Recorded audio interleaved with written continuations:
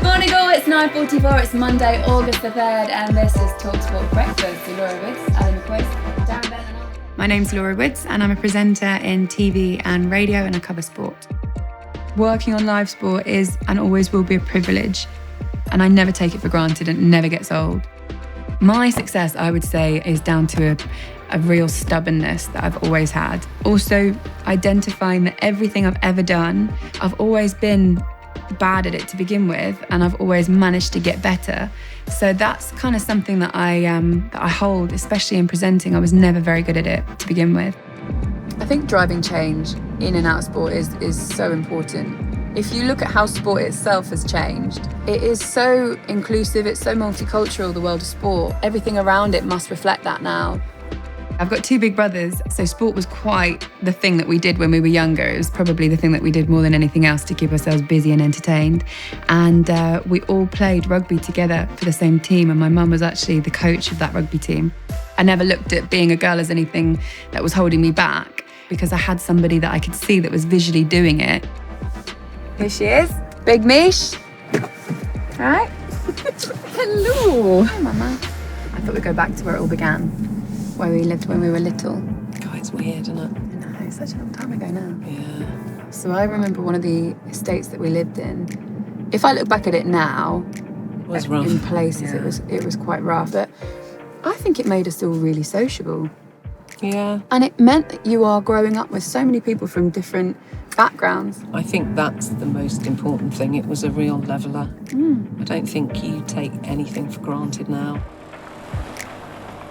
I absolutely celebrate your success. I love it. I'm so proud of you.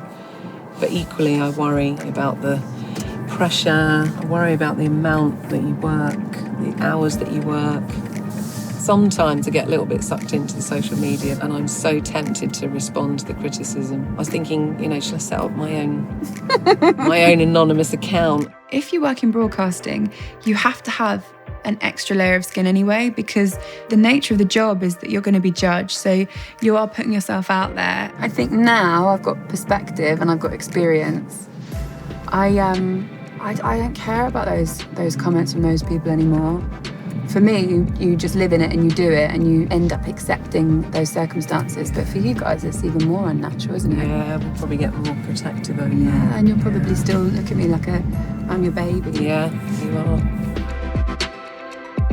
Hey BMW, take me to Kingston University. So I did print journalism at uni, and I didn't specialise in one specific area because I was just advised not to. I just wanted to see what it was like in general. It's funny because as soon as I walked out here, loads of little memories kept coming back to me about being here and writing match reports and things like that. And it does feel like just yesterday, but it also feels like a lifetime ago. Very strange.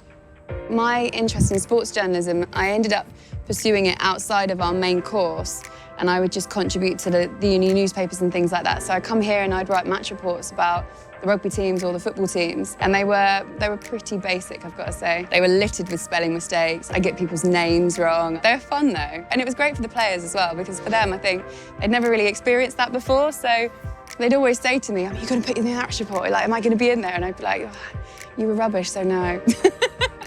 I got work experience at Sky for a week on Soccer AM. It was genuinely the best thing I've ever done. It was amazing. And then that road in TV was just about learning all the different roles and what everybody was doing. And then live sport in general was just like this world that I was obsessed with. When I started, I thought, I'm not very good at this.